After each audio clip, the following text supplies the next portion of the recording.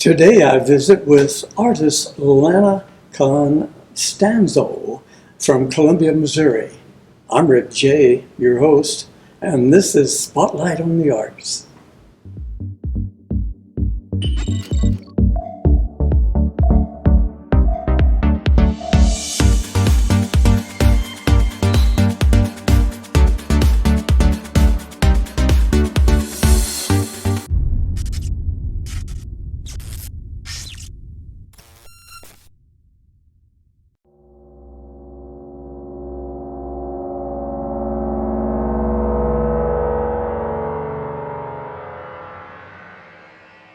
Rick J. presents Spotlight on the Arts. Welcome to Spotlight on the Arts, coming to you from the Lamies Building in Sedalia, Missouri. I now would ask you to please join me in welcoming Miss Lana Costanzo out of Columbia, Missouri, a well-known artist in the area, in the state, and what have you. So welcome, Lana. Thanks, to the Rick. show. Truly excited to turn the spotlight on you today. How fun. I'm really looking forward to this fabulous opportunity with you. Well, thank you, man.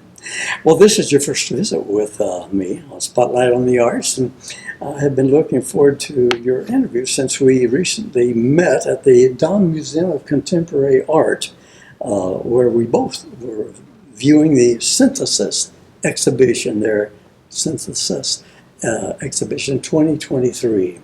So it's great. Well, if I may, Lana, call you by your first name since I've been Absolutely. at it.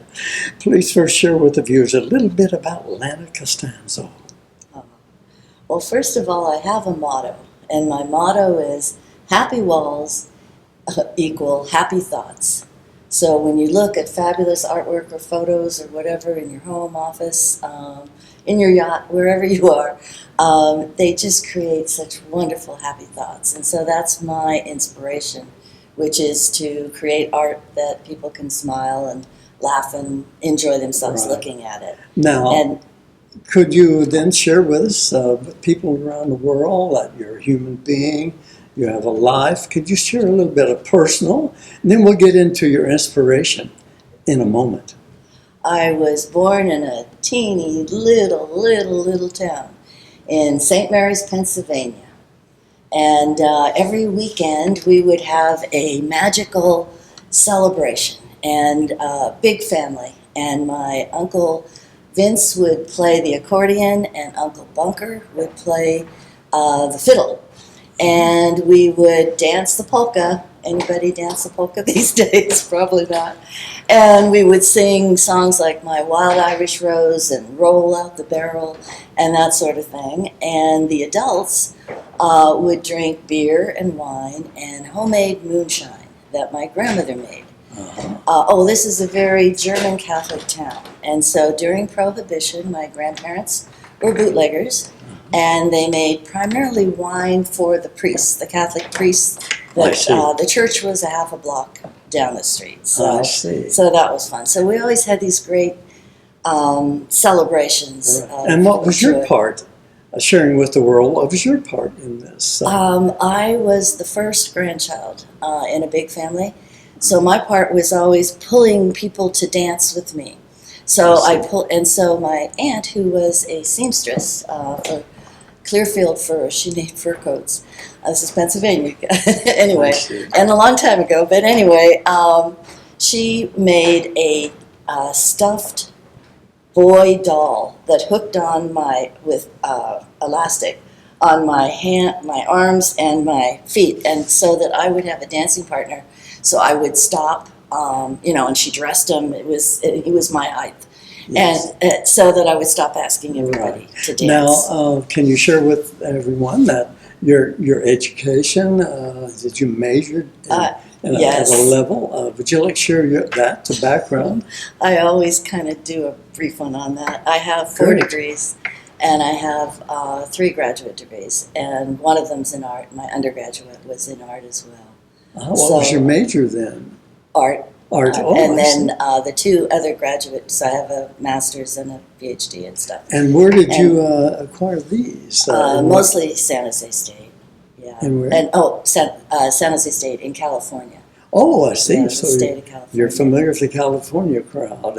Oh, lived there for many years. Yes. There, the Netherlands, Pennsylvania, a bunch of states. Now, were you fortunate to be blessed with a good husband at some point, or you're just kind of a Yes. free bird? No, if you want when to I share was, well, 19. Got married at 19. I see. And been divorced for a while, more than a while, I hear you. but having fun. Excellent. And my mother was a second grade teacher. Oh, And what she did was just amazing. I think when I first picked up a crayon, it was forever. yes. Colored pencils. Well, we want to didn't talk have. about your inspiration. And is there anything else personal you'd like to share? Personally, your personal life that people could identify with. Right. Before we jump into your inspirational. Well, my mom I'd come home from school, so I was in first grade, and every day I'd bring home a drawing or a painting. I see. She'd put it up on the refrigerator, like most moms Sure. and dads do. And basically, one Friday I came home, and Mom said, "Where's your painting?" And I said, "I tore it up." She goes, "Why did you tear it up?" And I said, "Well, the teacher walked behind me very quickly, and she said, 'That is too loose, and it looks like a truck.'" And I tore it up immediately, and my mom starts laughing. And I'm like, "It's not funny, Mom, it's not funny at all." And then she goes, "No, your teacher was giving you a compliment. She was telling you that your painting looked like Toulouse-Lautrec. He's a famous artist in Paris." So she said, "Let's hop in the car." She took me in the car, took me to the library. Of course, we didn't have, all the great media that we have now.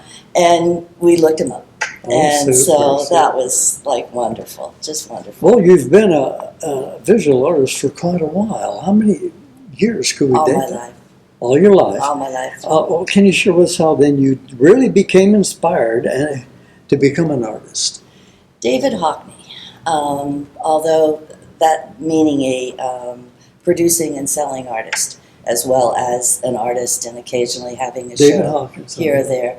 That man, his work, the first time I saw his series of men in swimming pools, I lusted after those paintings. And he's so prolific. He's the color that he uses, the shows that he has, his writing. I've got a bunch of his books. I actually brought a couple books of his that he's just the most powerful. And if I could ever meet him, I'd hop on a plane in an instant. The one who inspired you the most. Oh, he totally does. Yes. Great. I know certain ones have been inspired by Picasso and life-changing, so I can identify with that.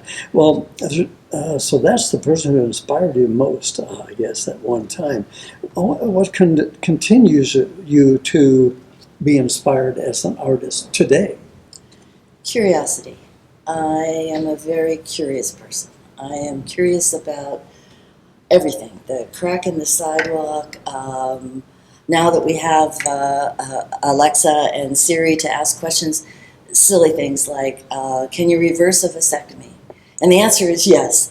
But think questions that people don't come up with and things that you think about, my brain just is constantly. So how do you apply that as an artist?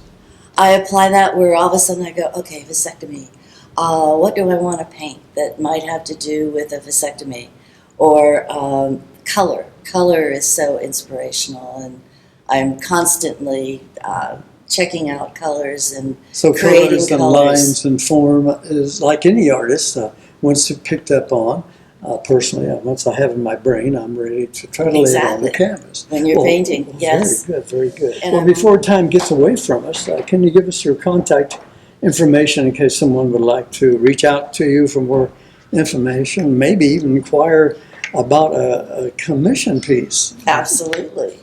It is on Instagram. It's Lana, Lana, Costanzo, Z as in zebra, O. And then also on Facebook under Lana Costanzo. Excellent, excellent. So now, well, that'll be covered. Well, a lot of time does go by fast, so it's time to take that quick break. So make yourselves comfortable, and while we look at these special messages. Perfect. Okay, very good. After the break, Lana will fill us in on her favorite mediums that she likes to work with, favorite subject matter, possibly, as somewhat described, but maybe we'll lock in more into her favorites of her medium, what she likes to paint, flowers or cracks in the floor or whatever. And her style, we want to talk about that because she's known for her abstracts, etc. So also we'll be covering one of the favorite pieces and how it can be used in a home with her design that we see on the, the fireplace mantle here. So there's a lot more to hear on Spotlight on the Arts. So stay with us. We'll be right back.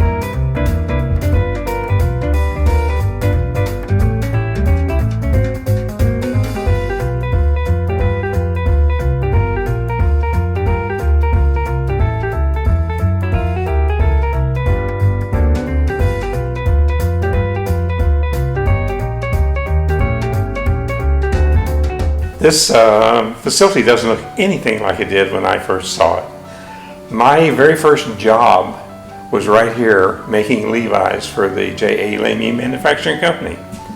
The people who I worked for were great.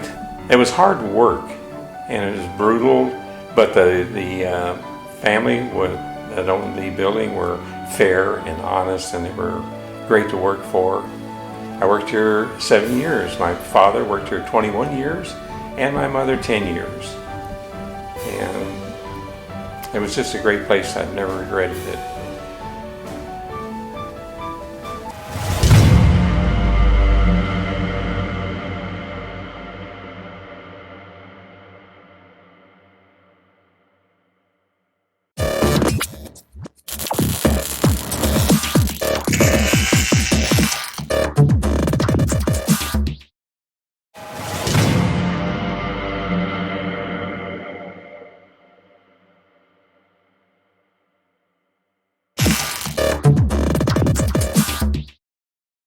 Welcome back to Spotlight on the Arts. I continue with my special guest, Lana Costanzo, out of Columbia, Missouri. Lana, we covered a lot in that very first segment, and so we'd like to go ahead and follow along with those thoughts and expression. And I'd like to first, if you just share with the world and those viewers out there, describe your types of art. It is colorful, innovative, abstract. Colorful, innovative, abstract. As you'll see on the timeline, as we share a lot of, and have from the first segment, a lot of Lana's artwork. So you're going to be captured by it, I'm thinking. So it's abstract, basically all the way. Well, what is your favorite subject matter and medium? Combine the subject matter and how it's applied in the medium in a project. Most of the time I am painting in acrylic. And you know, when you're painting and you're mixing a bunch of colors together, and then it's 2 or 3 in the morning and it's like, okay, I'm going to stop. And acrylic paint, of course, hardens. There is a trick I learned that I'm so excited to share with people that paint in acrylic, which is basically you've got the paint mixed up, put it in the freezer. My freezer has a lot of mixed paint. That way you can defrost it and use it the next day or whenever you're painting. Save on paints. That I do the same thing with oils. Yeah, Finish you painting, got put it in the freezer. I use a ice cream container lid and make a little hole in for my thumb and finger. And that's perfect. where they work. Really nice to But work. aren't those great artistic secrets? Yes, yes. And I always start with a small painting, either Well, a thumbnail or a small painting. I do see. a lot of the paintings that you will see are like 5 foot by 3 feet or. Well, I was just 6 about to foot. ask you that question, but first I'd like to ask you, what is your favorite subject matter now that we've identified with acrylic medium? What is your favorite subject matter? I like abstract, graphic abstract. Do you have That doesn't necessarily have a subject per se. Angles, lines, squiggles, and then I also like people, and especially naked men. I do a lot of naked men, Naked men, and I also enjoy a lot of different colors. And then sometimes, depending on what I'm painting for, if it is a show that has a theme, then you have to kind of go with the theme with that if it's theme. an exhibit. Like I've invited you to the Call for Nature's Art. Yes. That's going to be naturally conservation, nature, but they run Conservation Nature Center in Jefferson City, part of the conservation nature.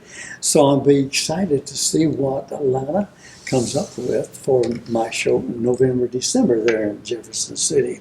So maybe you'll surprise me with, I hope, a nature conservation piece. If I see a naked man in the woods, then I know that Lana's painted You'll it. know that that's what it is. Well, now I'd like to step us through your process of completing a project. You mentioned earlier about starting with a sketch, whatever. So, do you really begin with a sketch or a photograph, or how do you lock in this thought and start with your project? I start by usually doing just a small sketch and sometimes a small watercolor. And then turn it to a small canvas, do it in acrylic on a small canvas, and then sketch it in pencil on a large canvas or two. I see. And then begin the process of the acrylic Now, do painting. you sketch that on a piece of plain paper first, or you have a sketchbook with the nice texture that we like to I sometimes usually draw on? use watercolor paper that I sketch Watercolor it paper, on, yes. so it has the bumps, Right. which makes it uneven, but I Kind like of that. gives you an idea what it's going to look like on a canvas. And then I can see if I'm going to do squiggles where the bumps are. Oh, yes, because I yes, like the- exactly the what I was squiggles. getting at. So you know The- that might be a place for a good squiggle. Yes, exactly. Well, Yeah. I have squiggles. One of my paintings when I was watching a video of David Hockney and his work in the Grand Canyon. And Yes. I've got a piece that I call Sperm Adventure. It's completely abstract. But when you count, there are different colors of sperm as well as black in there. So it's abstract with sperm. That's why it's called Sperm Adventure. And when you count them, when I finished the painting, I counted 27. I can only find 25 now. So I don't know where they went away. But they just swam away. Found another And swimming area, true, up another creek, should we say? exactly. Okay, great. And then now, how do you blend your acrylics? Because the edges have to be, usually we don't work with hard edges between our colors. How do you blend? What do you use to blend? Do you have a medium that you mix for a good blend of your edges? Or do you have sharp, hard edges? Sometimes I do. And then sometimes I'm using anything, paper towel, squeegee, Oh, I whatever. see. But then on the hard edges, I do use a lot of masking tape. Oh, The painter's tape. That Painter's works. tape. Yeah, that Oh, I see. works much better. I've always wondered how I don't paint abstract, but I'm about ready to jump in. Oh, good. Thanks to Good. to Jewel Like that. Cundiff Yes. and also a gentleman by the name of John Fennell that I'll be sharing with you, a program I interviewed about 3 weeks ago with Mr. Fennell. So I may have to try this abstract painting to see what I come up with instead of a barn or a river or what have you. Um, so now, once that happens, they dry. Do you do a final coat of medium to preserve or to bring it out, or is it just the way they come off the brush? I don't. I like them just the way they are when they're done, instead of putting anything over to finish it. Now, do you use gallery ready frame canvas, or do you frame a lot of your works? I paint around the edges, and I put surprises in around the edges. I have a painting that's called Two Hearts to Find. It's completely abstract, but since I like the 2 inches wraparound, so you That's can paint a called lot. a gallery ready canvas. That's what Yes. we're talking Yes. And I painted just a tiny bit of a heart.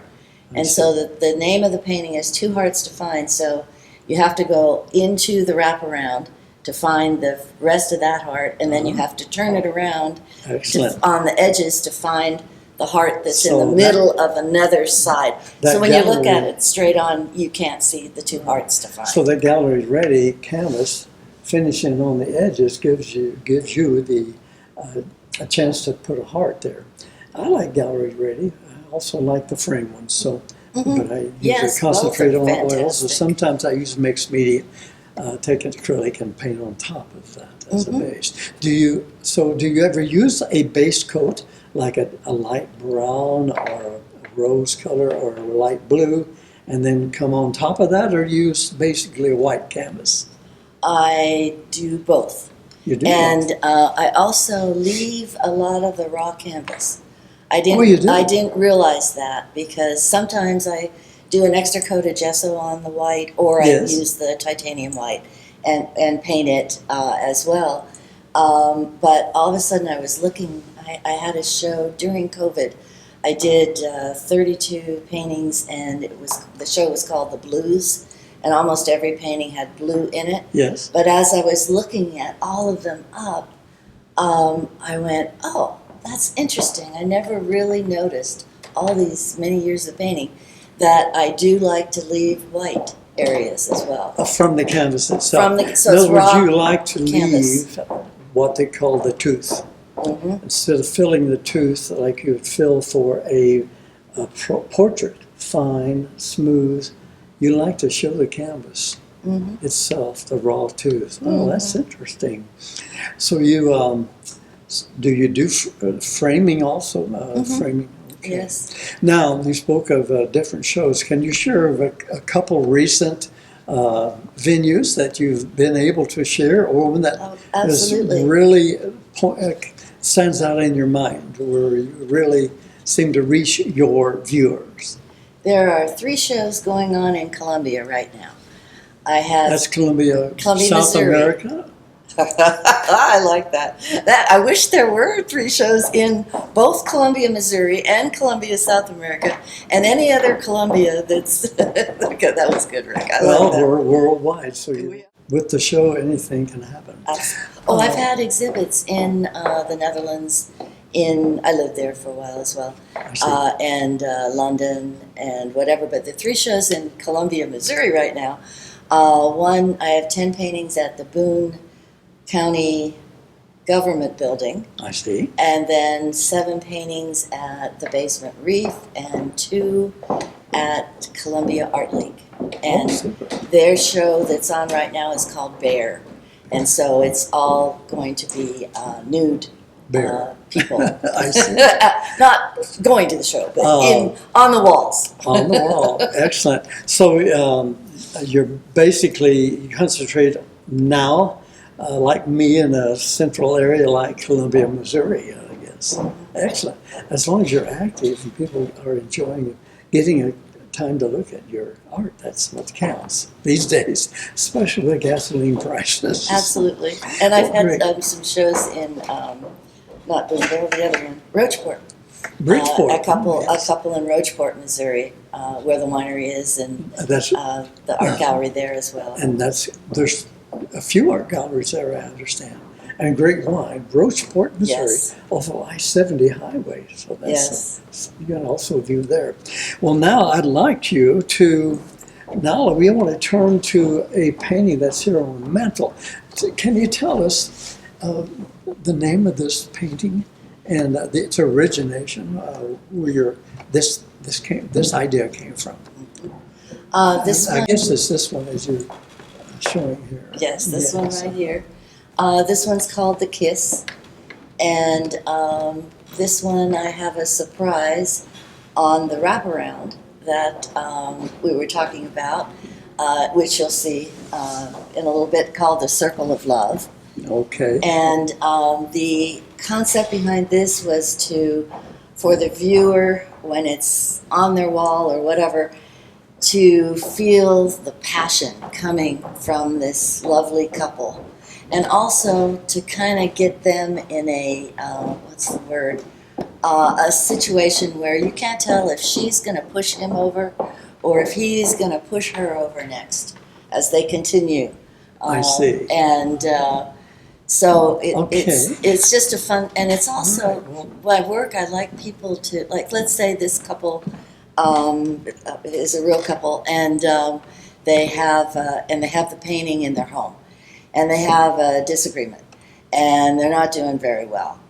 Well, when they look at this painting, they'll smile and they'll think, okay, Remember the good times. Exactly. Let's put this So- under the bed and let's go exactly. ahead and make up. Yes. Well, you talked about this around the etching.